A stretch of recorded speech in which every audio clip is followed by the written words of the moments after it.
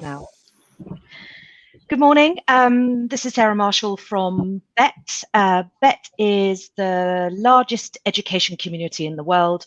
We are a global group. Our shows gather together in excess of 40,000 people at our London show. We have shows in Brazil, in the Middle East, and Dubai. And in Asia.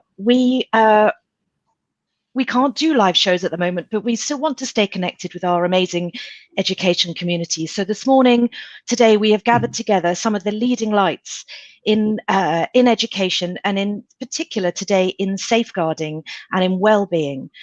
2 months ago, I don't think any of us imagined that we would find 1.5 billion people around the world learning remotely.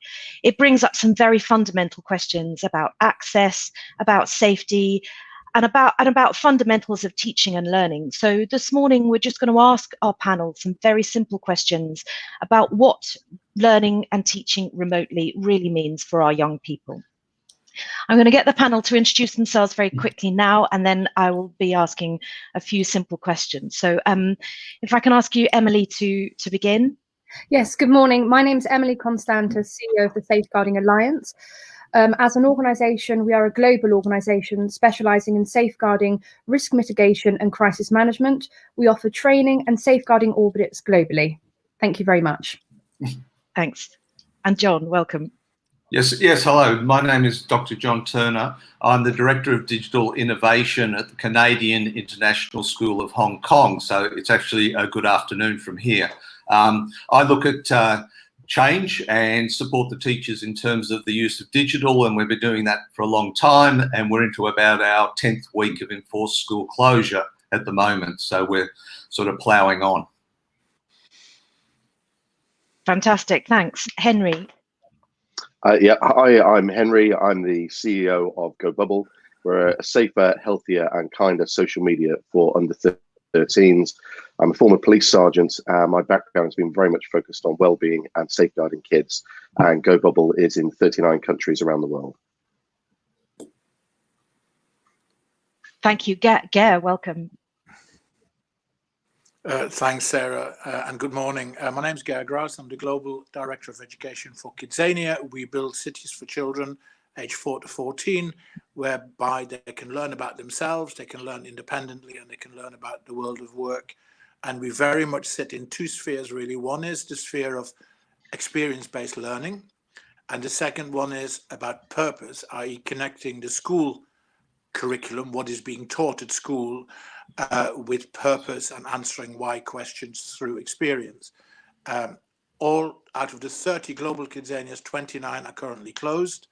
So there is a particular challenge in all of this for us and museums and galleries and all sorts of other people. Brilliant, thank you. Philippa. Hi, my name is Philippa Wraithwell. I'm an educator and I lead the digital vision at Cranleigh School, Abu Dhabi. I've been leading digital technology and impact in schools and innovation for the last 4 years. I've been an educator for over 12 years, and I specifically focus a lot of the content that we deliver at school based around the digital safety and well-being of our children. I think it goes now hand in hand with all the safeguarding that we do across education, and it needs to be taken as seriously as all the other elements of safeguarding in itself. It's been the backbone of everything that we've done at Cranleigh, Abu Dhabi, and it's really come into the forefront of being able to protect and support our staff and our students at this time. Great, amazing. So we have a really global group here this morning. The first question I'd like to ask and for you guys to discuss is, what is the relationship between educator and student and at this time? How has it changed, and how can we deliver a safe and productive learning experience? This is, as a teacher, I guess quite an important question for me. I think it's one of the biggest things that we had discussions about prior to going into remote learning, and it was really important that we kept those connections. I think regardless of the school that you're in, children don't necessarily go to school to learn. A lot of them go to school because they have such great relationships and understanding with their teachers. Regardless of the situation that you're in, some children go to school because it's their only hot meal in the day. It's their protection, it's the place place that they can go for safety. Other children go because of the relationships they can have with the children that are in their classes and the relationships and the learning that they get from their teachers. Teachers, as far as I feel, we're there to inspire and to help to create safe environments and places for those children to be able to learn. So in terms of remote learning, keeping those relationships going is really important. At Cranleigh, we've taken it really slowly because we were really aware of the fact that when you are online and you can be seen in a camera, you actually put your staff into a really difficult safeguarding position as well. But we also didn't want students to be coming online in that context too quickly without them understanding the relationship between them being online digitally and their safety. So we've done a lot of work to support them to understand what their digital footprint is and how this can impact them and how to behave online within a digital classroom and how that will support them going forwards in their digital learning, but with a real kind of onus on, we want to make sure that they, one, see each other, to be able to keep those communications with their friends, but also that they are able to have that relationship with their teacher, who is the person that's been there daily to guide them in terms of their learning. Parents struggle, I know even as a parent myself, to teach your child something is so different in the context of when you're actually being their teacher. So I think having that connectivity and that visual connectivity is so important at the moment, whether it's pre-recorded or a live session is incredibly important to the stability of those children's lives. Yeah. Ours was very similar in the importance of the continuation from in school, because we actually had the enforced closure during Chinese New Year and we had people all around the world. So we had to adapt to that circumstance, and we're still off balance in one sense, but in that relationship that was built beforehand has stood us in good stead in a lot of areas as we've had to adapt. So those students who had very strong self-management skills beforehand, who had good, strong relationships, we've continued with that because we actually had a very strong digital curriculum beforehand. So we ran virtual classrooms and we ran digital life / digital citizenship. So it was like a continuation, but then the adaptability on top of that because of all the challenges that have gone on, including that issue of security, because a lot of the online materials and access have had to evolve as well over the last couple of months. So it's not just the relationship, it's also having to work through the technologies as well. And that's put a stress on the relationships. And so far it's held up very well. I think there's a really interesting point there as well, John, that there's a growing emphasis on the tech companies behind the solutions as well. It's one of the things which we've seen greatly over the years. Those tech companies who place the real emphasis on safeguarding as part of the DNA of the platform are the ones who are doing really well at the moment in terms of enabling educators and providing them. One of the important things as well, which Philippa you mentioned, was the relationship and the really, I suppose, the anxiety of students. Because this is a very unsettling time for the whole world. And one of the things that we've seen from the children through the comments that they're sharing in GoBubble is that longing for school, not so much as the physical building, but for more that haven that it presents for the children. And it's very interesting seeing the dynamic of the messages change. So from the initial closures and certainly looking at year sixes, disruption that they went through, where potentially this was going to be the last summer term before they're going through to transition in the UK, or grade 5s before they're going through to transition, and suddenly schools closed and it's gone. So how are those friendships managed? One of the really beautiful things that we've seen through the communications from teachers and children within our safe environment is that the real authenticity of the connection is coming through. Yes, there are discussions about the lessons, but actually there's that bond and friendship that comes through by shared interests. And it sort of comes to a more of a norming phase now, where the children now actively supporting each other and back in supporting the teachers. The kids actually do welfare checks in the class groups just to check how Mrs. or how Sir is. And that's, again, it's lovely to see the relationships being preserved in that way. I think as well, I think it's key to remember that children are resilient, but at this time they are equally scared. And key to safeguarding is the voice of the child and how we hear them and what their fears are. And at this point in time, teachers are the stability for that child in a world that can seem very, very chaotic. Yeah, I definitely agree with that. I think one of the biggest things that we've found is that, especially like John was saying, that, you know, his school's already set up in a way that they deliver online learning quite regularly.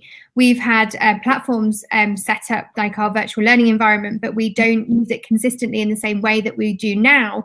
And I think for our teachers, they've had such a wealth of a huge impact on their own lives, because not only do a lot of them have their own children at home who they're also trying to teach, but they've had to learn and go through a huge steep learning curve in that. But also then, as you say, Emily, they've got that pressure on them as well of being that stability and that support network for those children, and that's an awful lot for a teacher to have to deal with in any kind of scenario, let alone where we are at the moment. And a lot of those people are very isolated in different places around the world, especially international educators, that perhaps can feel a little bit even more daunting because they're not even, you know, near to people that are their kind of network of family and friends.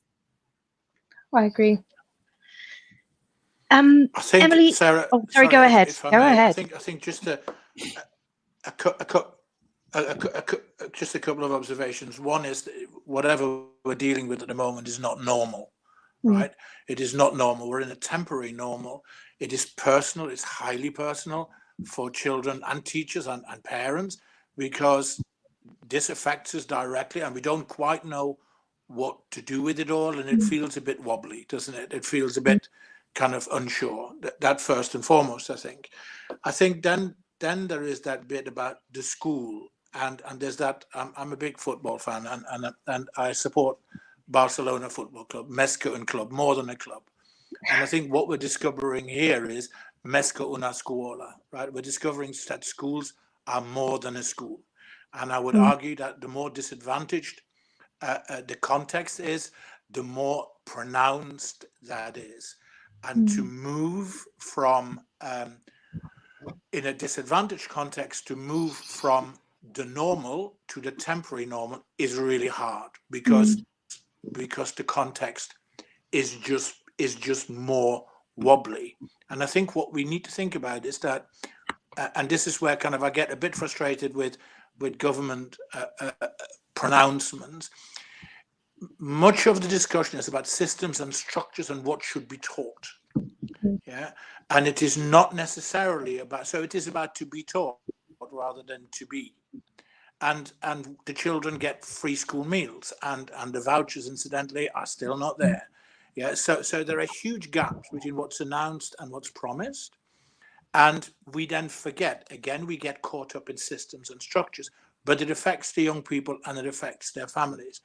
And I would think that post this crisis, that a re-evaluation of how important the school, its teachers and all its staff are to children, and particularly in disadvantaged context, I think that re-evaluation needs to take place. And we need to pat schools on the back for, they're not closed, they're open. They've been open all the time. The tougher the area, the more open they are.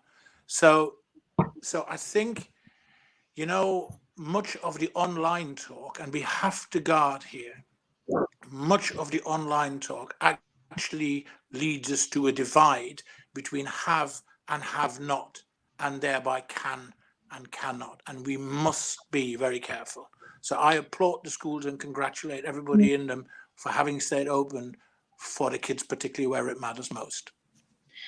So what do we do for the children who don't have the internet access? You know, I think initially there were perhaps some assumptions, everybody dashed to be at delivering online. What do we do for those children who are perhaps in environments that are not particularly safe, but that are not identified as safe? So I guess there's a learning side to this question and also a safeguarding side to this question.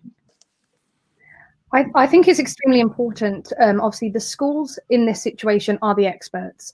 They know their pupils. They know their pupil makeup.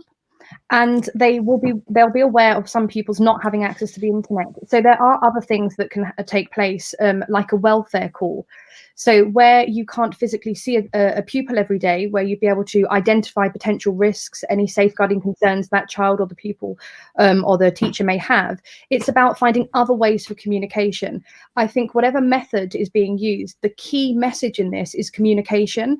It's ensuring that there's an open line of communication between the school, the teacher, the parent or carer, and the pupil, so that if there are any concerns, these can be raised and actioned immediately.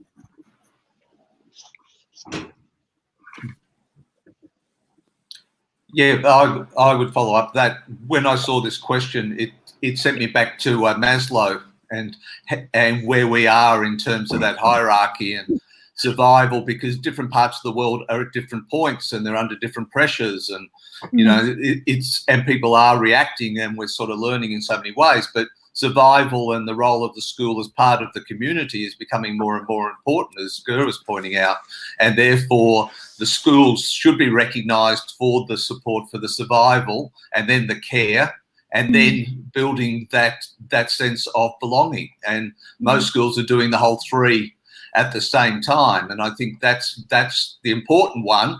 And there was a report came out because of Christchurch and the earthquake they had, that when they closed the school for a term, when the students came back, they actually caught up academically very quickly.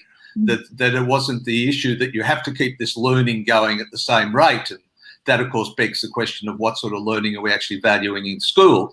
But in the current environment, it's really about that survival first. But once you get over that, the care and the belonging aspects of it. It's really important as well, I think, to think about those different scenarios. So here in the UAE, we're not allowed to give out pieces of paper. So we do have schools here.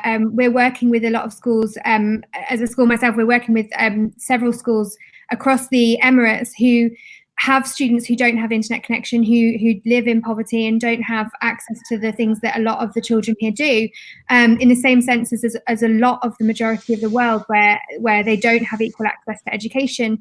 I heard a really lovely story about how there was a school that was putting the work onto the school buses and utilising the school buses to deliver work to homes where students didn't have internet access. And it is really about, like we say, those schools, they know their students the best, and they're the ones that can really lock into how their students need that work and how they can control the delivery and the receiving of that work to those students. As a school, we have the most incredible head of safeguarding and wellbeing, and she's been doing calls with a range of students to make sure that those students who were perhaps on a high risk list, but including staff actually as well, not that they were on a high risk list, but their wellbeing is being looked after and monitored. And when we receive feedback from people, that we're making sure that all of those different elements are kind of basic to what we would normally assume of everyday life, that people are just being checked in on, and that they are okay, and that they have got that balance, and they're feeling supported by people, even though we can't necessarily go and do the normal things that we would.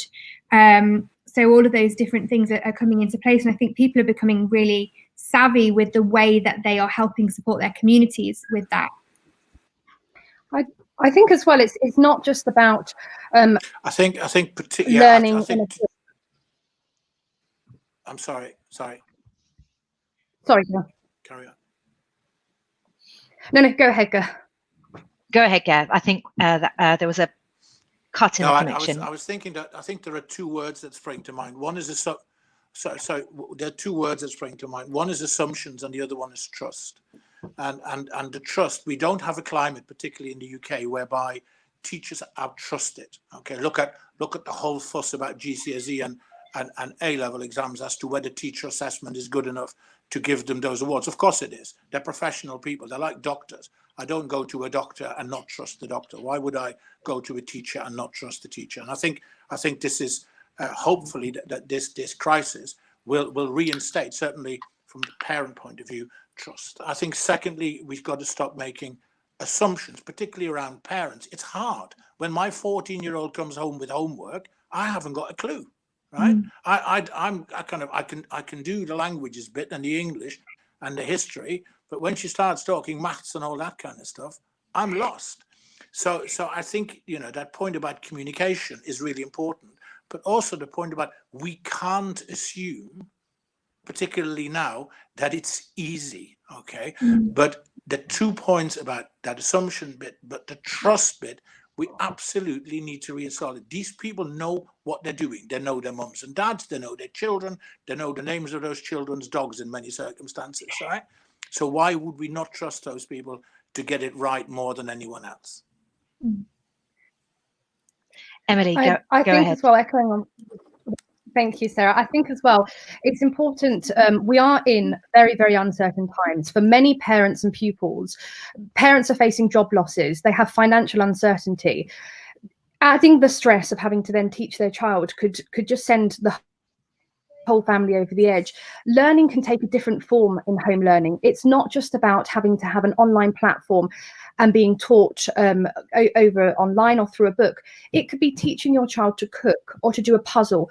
Simple things that sometimes families take for granted. That is equally learning. And I think it's important not to add additional pressures to families, teachers at this time, when we have the added pressure of what's happening globally. Maybe going back to the simplicity, other learning methods, it's not bad during this time. Yeah, completely agree, Emily. Yeah, I think it's a time for relationships now, and relationship-based learning in whatever form that takes. And good, just exactly as you said, you know, the trust in the educators, the trust within the schools as community hubs to know the makeup and the relationships and the bonds and what works and what doesn't work, because we know that, you know, from one school 200 yards down the road from another one, different things work and different forms of intervention work. So actually, it's a time where, and it was great seeing, you know, the Oak Academy launched here yesterday in the UK, and the positive response from teachers in terms of from what we saw on Twitter, where they're actually saying, well, this is great because actually it now frees up some of my time to focus back on the relationships with my kids, because that learning provision is there. So actually it's saved part of my time at the moment. And it was wonderful because that's the whole majesty of the teaching profession. It's the relationship, and it's that bond, and that's where future generations are safe in the hands of teachers, because they place relationships first. Thank you for that. So we're talking a little bit about teacher-student relationship, and we've mentioned a little bit about anxiety too. So what do you recommend? What can we do in this environment to sort of safeguard child-to-child, student-to-student relationships and encourage them in this situation that is unusual for everybody, and where there are stresses on family level as well as on a individual level? How do we mitigate that stress and anxiety for our young people? We'd love to hear some ideas about what you're doing in your own settings and what you've heard about from other people as well. So I think one of the biggest things that we noticed in our school was that parents were trying to encourage students of quite a young age to become part of social media, which was quite concerning. So we teamed up with Henry at GoBubble, and we've launched GoBubble at our school to make sure that they have a safe place to be able to have those communications and conversations. So that for me as a parent and a teacher horrified me that parents would think that was their only option, was to kind of put their children on platforms that are not necessarily age appropriate. But it raises the question of I don't think that's what they were necessarily thinking. What they're thinking is, this will keep the communications and those bonds between my children and their friends. So I think in some ways it's the haste to use something that they assume, because they use every day, that is perfectly safe, and perhaps have not come into contact with some of those scary things that do happen online. So for us as a school, we've been able to tap into that and be able to launch that with our parents and do parent webinars and really push online safety. We've recently become a national online safety school because of the amount of work that we've been doing and delivering in terms of online safety and awareness of how these platforms work. We don't want to necessarily stop children from communicating with each other, but we want to make sure that they do it in the right way and in the right place, because the worst thing that can come from this is that children are then put into a situation that they are even at more risk because they've done something which seemed okay at the time, but perhaps wasn't necessarily thought through. So I think as schools, we have to provide solutions to the way that our children can connect, and think GoBubble is just a fantastic way to be able to do that for our young children. Yeah. Thank you. We have found the virtual classroom is a good dynamic without overdoing it. So we're not talking about a substitution, but the virtual classroom enables the teacher to actually moderate some of the relationship issues student to student that would happen in the physical classroom anyway, but no one would ever see. So we've had students, enter classes where they shouldn't, but over time they've been educated in terms of the relationship. But beyond that, I see this as one of the great weaknesses, because we've never thought about this. We've always thought about in school, the relationships happen there and then they extend out physically, and we've taken away the physical. So we've, in one sense, turned a blind eye to things like social media, but the other one, of course, is games. The students are using games as they were beforehand as part of their social dynamic. So they're actually getting that social interaction through games, but there is no educational realm where we could have gone to in the same way as we could have gone to the virtual classroom. And I think that's one of the things that educationally, if this is the new normal, then we're going to have to spend more time helping students create that educational relationship dynamic, and not just through the games that they have been in any case. Yeah, I think that's really key as well. I think I've found in terms of the classroom, allowing students to do much more collaborative work. So I've just launched a global goals application, like app development project with my year 8s. And to their shock, I said to them, because we're remotely learning, you can work with anyone in year 8. They don't have to be in, Tuesday morning's class. They could be in any of your classes. And if you're friends with them, let's collaborate and make a fantastic project together. And that virtual environment of a classroom is a great way for them to be able to keep those connections, but in a really positive educational way. And connection really is key. Sorry, my signal here just dropped slightly. So I missed a little bit of what you were saying, John, a little bit at the start of your second input there, Philippa.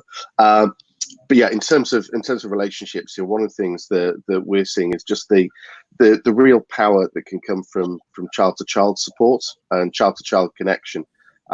Just in the same way that when kids come into school first thing in the morning, either walking into school or in the playground or the corridor before coming into the class, they're chatting about their lives, they're checking in and seeing how people are doing. We're seeing the same types of conversations coming through. And it's that bond and that connection which is really important to preserve. We've also seen it grow. So we've seen children actually develop new forms of shared experiences, new forms of shared learning around interests. One of the important things as well, I think, is always listening to the children and meeting their need. As you touched on, Philippa, in terms of some of the risks from over 13 platforms. You look at the research, 24% of children using adult platforms have been approached by an unknown adult. So there's a risk there of some legacy issues that would impact in terms of safeguarding going forward with certain platforms being used, which is why we have our security in place. But one of the important things is listening to the community. So one of the things that was shining out is that kids want the opportunity to be able to chat face to face, not just chat and post content. So actually, by listening with the teachers and the parents and the kids, we're actually going to be rolling out live one-to-one video calls within our safe environment as well, because that form of emotional connection where you can actually see the facial expressions of the other person, I think is a real important part, again, in terms of connecting and authenticity of message. Thank you. I agree. I think the other point is in terms of the relationship between the schools and the children and the families is of course there are, and I've come across those now in a number of conversations. There is then also the kind of the human platform, where all the other things are not possible. You have a kind of multi-agency approach, okay?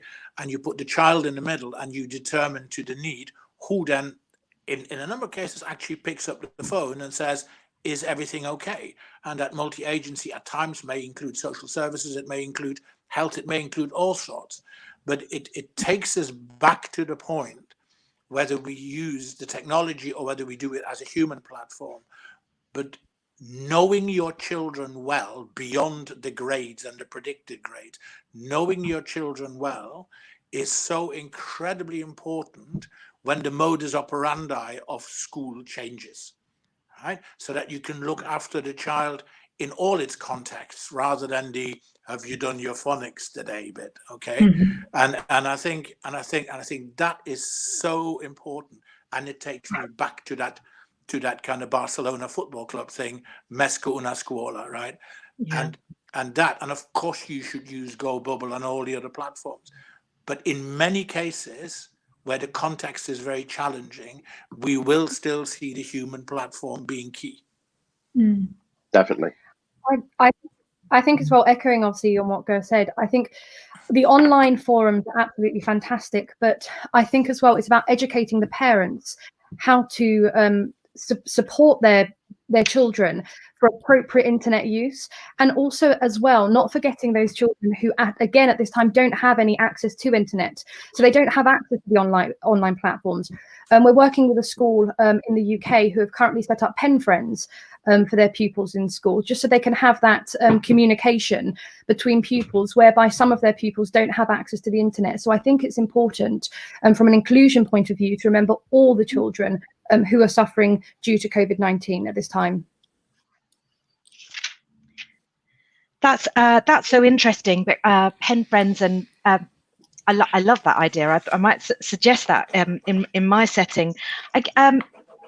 We've spoken a bit about parents and the school at the heart of the community, and I think we are seeing, certainly with the schools in many countries staying open for key workers, that the school, I think going forward, we may see the school position in our community change and perhaps be recognised more as they were originally set up for what they do for us all. A question for you, sort of forward thinking, once this is all over and we have our new normal, what do we do? How do we plan for a future, and how do we bring our parents and our young people and our schools and actually our system leaders, how do we bring everybody on a journey? What does our ideal future look like after this? So quite an open question, and I'll pass back to you for some thoughts on that. Okay, I'm happy to start with that one. I think it's really important that we start planning now for what the rehabilitation phase in safeguarding is going to be when pupils eventually return to school. We are going to have a society of pupils who may not have had physical contact, being in isolation during lockdown, who may be suffering a variety of health issues. That's including mental health, well-being, malnutrition, obesity, dental problems. And I think it's about how we rehabilitate those children back into an education community, back into a wider society, because they're going to really struggle in the first instance to be able to possibly form relationships with their peers, with their teachers, and just being outside the house. So I think it's about preparing them and preparing teachers as well, and having a mechanism in place whereby all these potential areas of risks are addressed, and any policies procedures that are going to be drawn up actually represent the current geographical practice and context where that school is based. Yeah, I think that's so important in terms of those children and being able to allow them to be able to progress and you know, be able to integrate and just be part of a normal school life as we know it and as we want them to be. One thing that I was, our principal was saying, he was hopeful that a lot of people would, one, obviously have a higher respect for teachers in terms of what we do in schools, but also that they potentially might want to come and support schools a lot more, and they might want to be part of that change and that development. And it would be really nice to be able to think that potentially some people might want to be able to go into those services and to be able to learn and understand more about how we can support the wider community. And that, you know, I remember at school, there was a nurse's office, but there was never a nurse there. But actually, perhaps the resources in our schools will be given a higher respect, and actually will be able to resource them with TA support, with behavioural support, with people who can identify with special educational needs in healthcare, and having more people to be able to support in terms of counselling or well-being, and just that those specific elements will perhaps be given a larger amount of funding at the end of the day to be able to employ people who can help and support and be part of that growing culture, where we realise that actually during our school life is the most important stage for our development mentally, healthily and educationally, that we need to become people who put a lot more onus on that, and that hopefully that will kind of shape the new education system, that we realise that we need to be putting those things in place for all of those elements to make the whole child. Yeah, I would agree that school as community is the central message, but I wouldn't be quite as hopeful as some people. I know education is a hopeful industry, but I could see this going in one of three ways. I think the first thing we have to take into account is this could be the new normal for years. So the history of viruses show that we might have to learn to live with it. We might have to make adjustments, and we might lose all of our teachers who are over a certain age, and we might have to redefine. The other way is there are people who are now making decisions on the assumption that it'll just go back to where it was, that we can go back to the school system that was there three months ago, because that's the economic driver that gives the justification. So I think we need to be mindful of the uncertainty and adjust as we go. I think it's going to be about what sort of future that we want to build and adjust to as we're looking over the next 6 to 12 months. And I still think, even though there are those without internet access, that digital is still seen in schools as an add-on, and it's still seen as something that you don't have to consider. And maybe if the new normal is that we can't get within a metre of each other, that digital will need to have a slightly different role within education, and we'll need to start looking at being proactive in the educational use of it, not just as something that we can roll out, or we think we can roll out when circumstances like now happen. So we could be talking in 3 years' time, not too dissimilar to now, for a whole variety of reasons. Yeah. I think I saw someone on Twitter a few weeks ago who said... I agree. I think... Sorry. I was going to say, I saw someone on Twitter a few weeks ago who said that, really should Wi-Fi be something that is given out for free, that is, part of everyday life, and it's just a given. We don't pay for it because it's a necessity. Yeah. Yeah, I wrote that. I think there's a couple of things as well. If we want schools to be better and different, to change, I think we need to take down some fences, right, from schools. That is metaphorically and probably physically as well, so that the engagement with parents and communities can become better. I think we also need to take away the outstanding banners, the Ofsted banners in UK terms. We need to take them all down, because we need to redefine what we mean by a good school. And I think that's incredibly important that happens, because otherwise we'll forever be fighting a battle rather than actually be positively influencing things. I think then something I learned from a colleague of mine in Ghana the other day is she's head of an international school there, and basically asked herself the question, can my children learn well enough for themselves? Because what if the next crisis is not a virus, but it is an internet virus, and globally the internet goes down? Because the crisis could manifest itself in all sorts of ways. So can we drive children with their parents to better independent learning? And then I think a key one is in terms of experience-based learning. How do we collectively re-establish the confidence for children, families, and schools to go to places again? Because that's also part of that education piece, that it's not just sits inside the school. But the key one for me is we need to collectively, with government, redefine what we mean by a good school. And teachers as the experts and leaders of the community need to have a very significant say in this, rather than just being consulted, in inverted commas. Yeah, definitely. And from my perspective, I think there's two key stages really that we're going to go through in the next sort of 6 to 12 months. I think the importance of well-being and safeguarding will trump curriculum to start off with, or at least should do.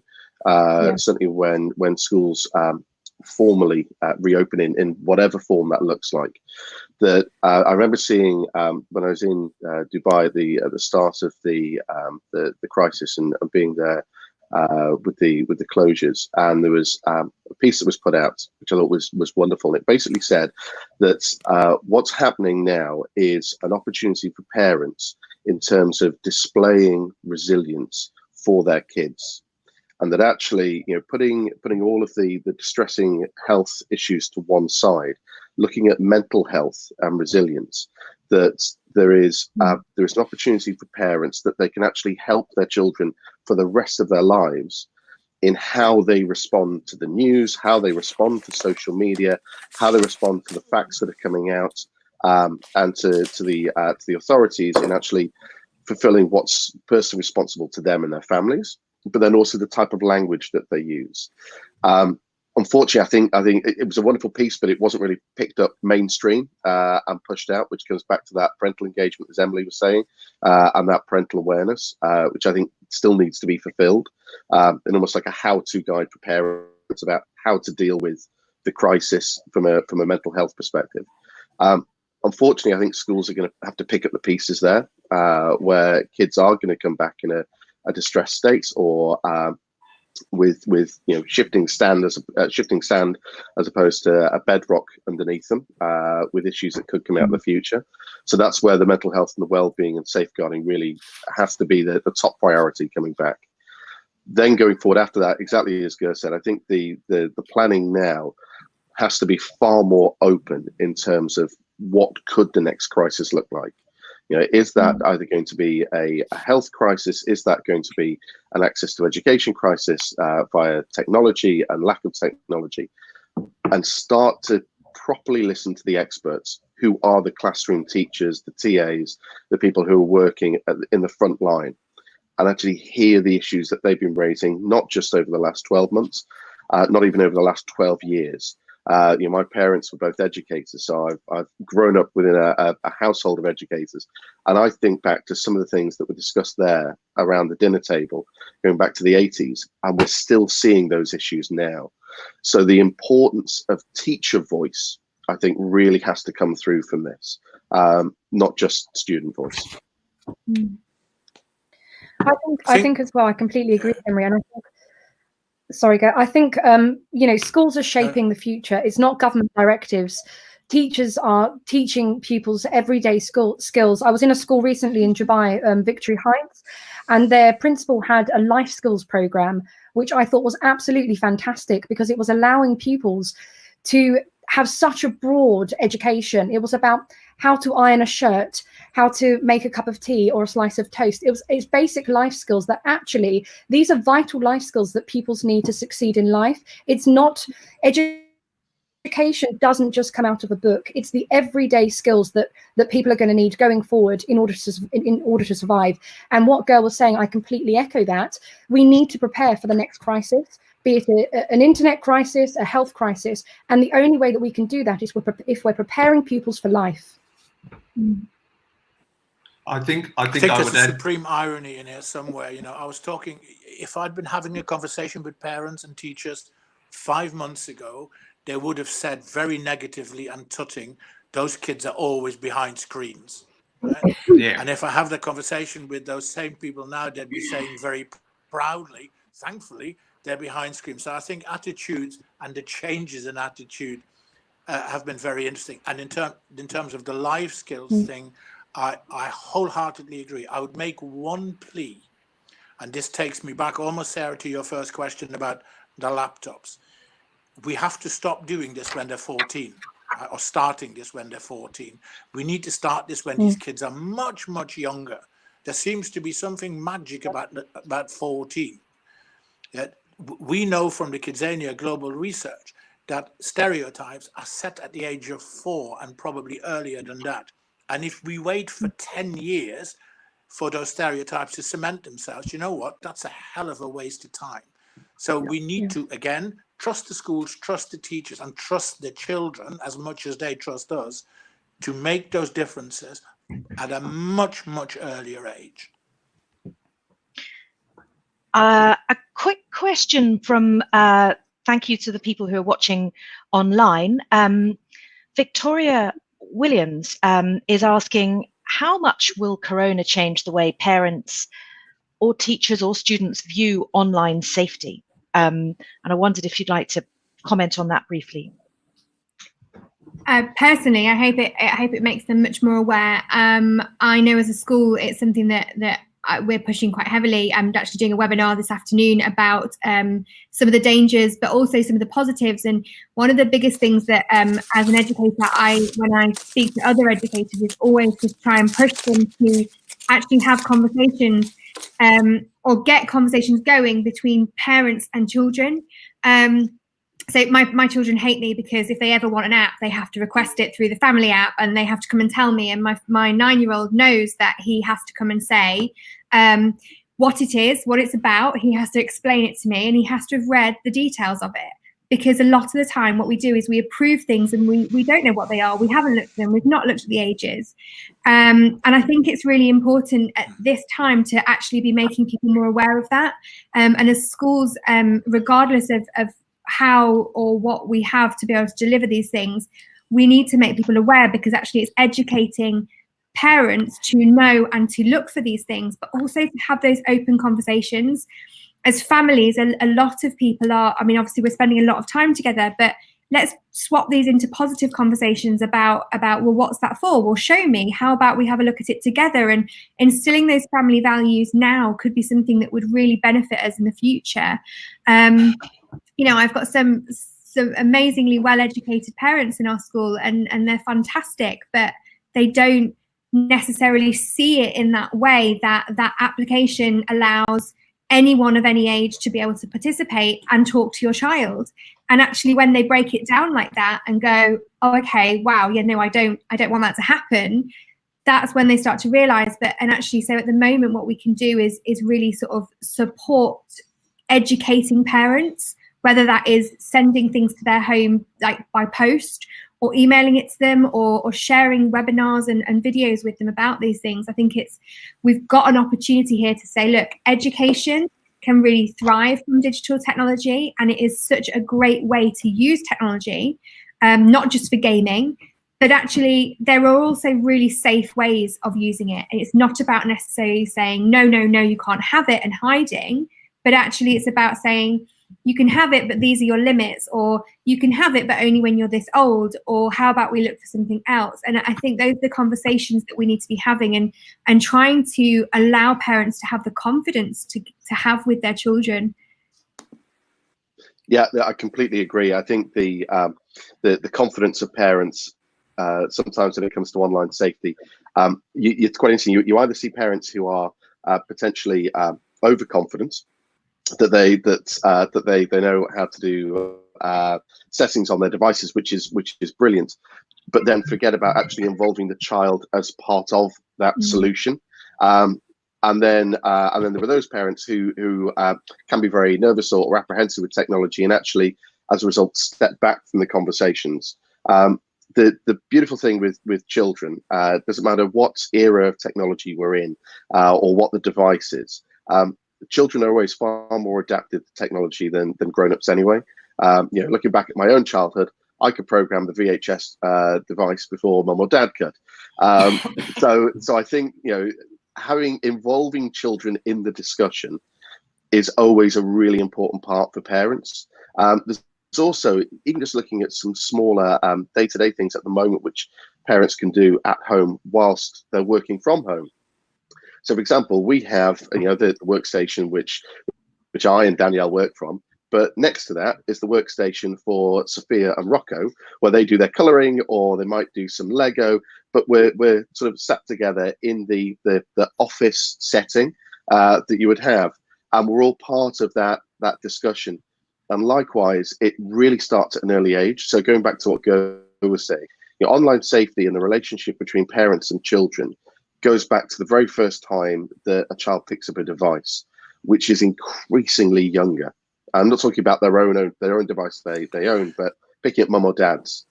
And for us, what we've always done deliberately with Sophia and now with Rocco's just 4, we have those conversations around, okay, let's talk about why you want to use a device. Let's talk about why you want to play that game. Why is it good? Why is it bad? And then actually looking at the ages. So Rocco now, and it was wonderful. It happened yesterday. So he was on his iPad. He was sat next to me. He was playing a game, and in it, he said there was went to the App Store, because I said, yeah, you can have a look at the next. It's a My City app. You can have a look at the next My City app. So he went to the My City bit in the App Store, and he went, "Oh, Daddy, this is 4+," because we've already taught him where to look in the App Store, where to look at the age, and that it has to match the number 4, which we then use for numeracy. But it's getting that education in. But I know our situation is very unique because of my background. You're working with online safety for 15 years. But there are ways that we can help parents in this era to try and start to have the faith in the children and those conversations. I think, Henry, I agree with you, but I think there's a couple of observations on this. One is that we're also confusing parents, right? Because parents take a lead from somewhere. And in schools, we're saying, no, you can't use your mobile in the classroom. No, you can't do this, and no, you can't do that. So I think we need a helpful line on this, okay? That in the first instance. And I personally have never understood why kids can't use their mobile phone in a classroom. Now, the other bit with this is, and it always takes me back to the children. Give me a group of 15, 10-year-olds, and I'm choosing that arbitrarily, okay? And I will guarantee you that by the end of an hour, they will come up with a set of rules that are their rules, that they will police, so to speak, and that will be a pretty damn good start to something that is owned by everybody. And of course, we may need to add to it and kind of say, have you thought about this or have you thought about that? But the bottom line is, I think we're coming at this the wrong way. And I think the other thing is, we do need to think about utilizing all IT resources, mobile phones, whatever else, as part of learning in school. It's a bit of a dare, but you know what? I think this is as good a chance as we're going to get as any. Yeah, and you're right. Sorry, Philippa, go on. Sorry, I was just going to say that as a teacher as well, I've had so many conversations with educators about why students shouldn't be allowed to have a mobile phone, but at the end of the day, if it allows them to engage in learning, then I don't really understand what they're doing. What they're doing is wrong. And if I stood there next to a year 10 or a year 7 or a year 5, if they've got a device there and they're doing something, as an educator, I'll say, so what have you done? Show me how is that working?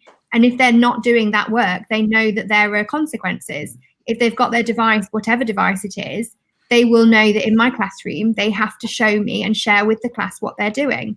And that's just part of the way that you should have that balance set up in your classroom. It doesn't matter what they have or what they have connection to. It shouldn't make any difference. And sorry, Emily, go on. I was just going to say, sorry, I'm going to sound a bit cynical over here. Just 2 things. I think Victoria's question really is broken down into 2 answers. I think the first element of this is I think there's going to be an increased use of the internet. I don't think that the view of online safety should change.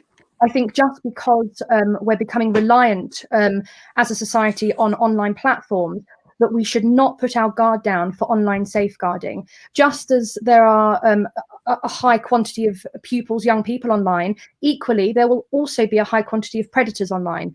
So I think in actual matter of fact, on the flip side, we should become even more vigilant for online safety during this time and going forward as a society.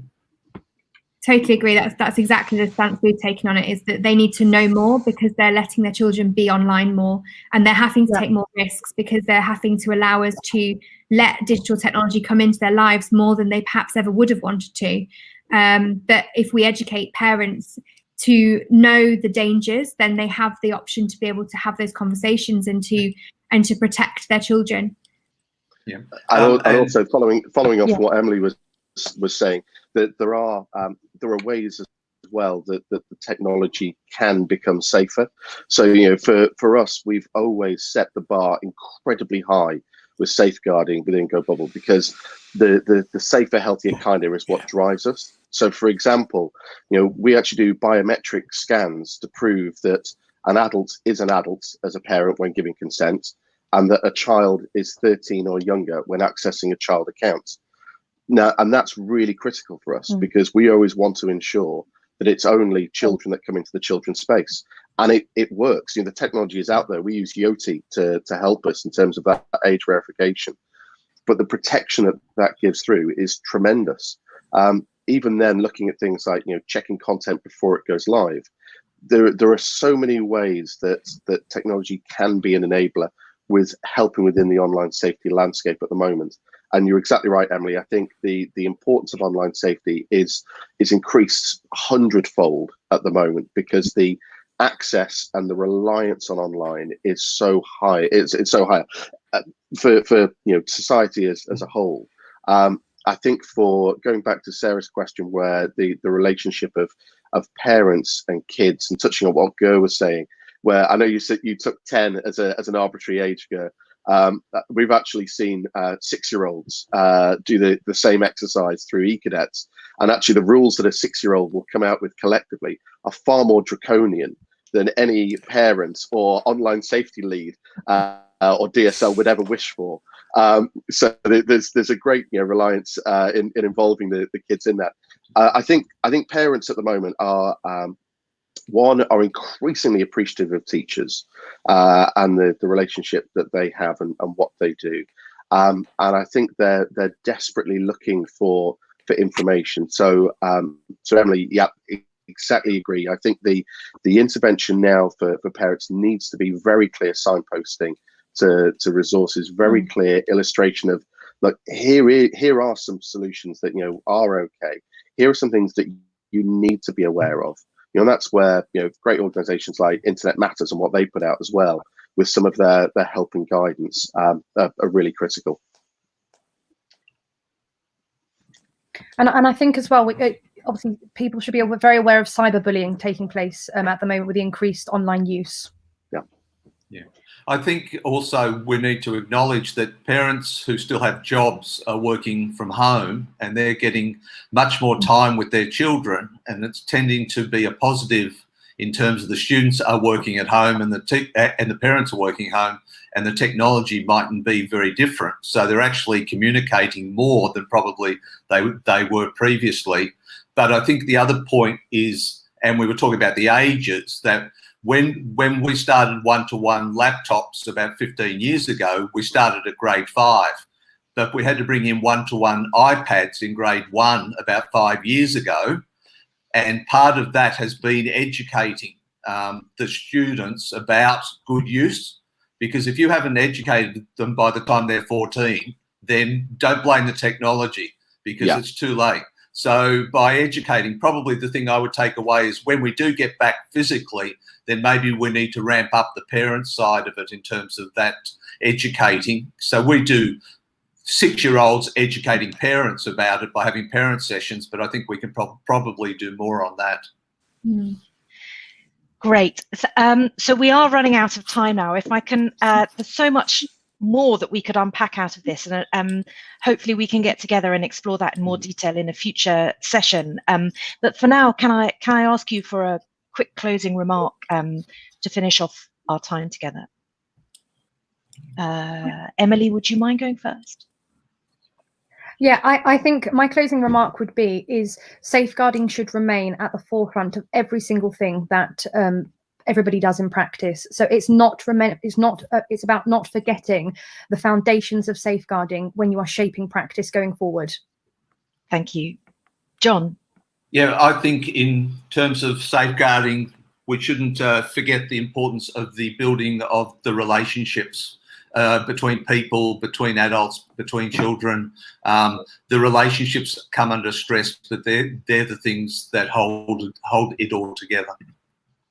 Wonderful, thank you. Philippa? I would just say that I think we've got a great opportunity at this point to be able to educate the world and the communities that we work within about online safety and about safeguarding generally. This is a great opportunity to highlight some of those really big issues that we deal with at schools every day. Amazing, thank you. And Ger?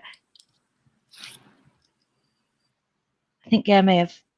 Are you still there? You great. Very simple. We have a capacity to learn and to learn our lessons. And when we get to the light at the end of that tunnel, our schools and our education and our relationships will be better for it, as long as we work with the experts rather than the politicians.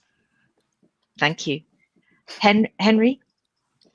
I think it's a simple one, and summing up what everyone said, we're entering a new era for safeguarding and well-being, and we need to ensure that we don't lose that when we look at planning out of this situation and also for future problems that may come through.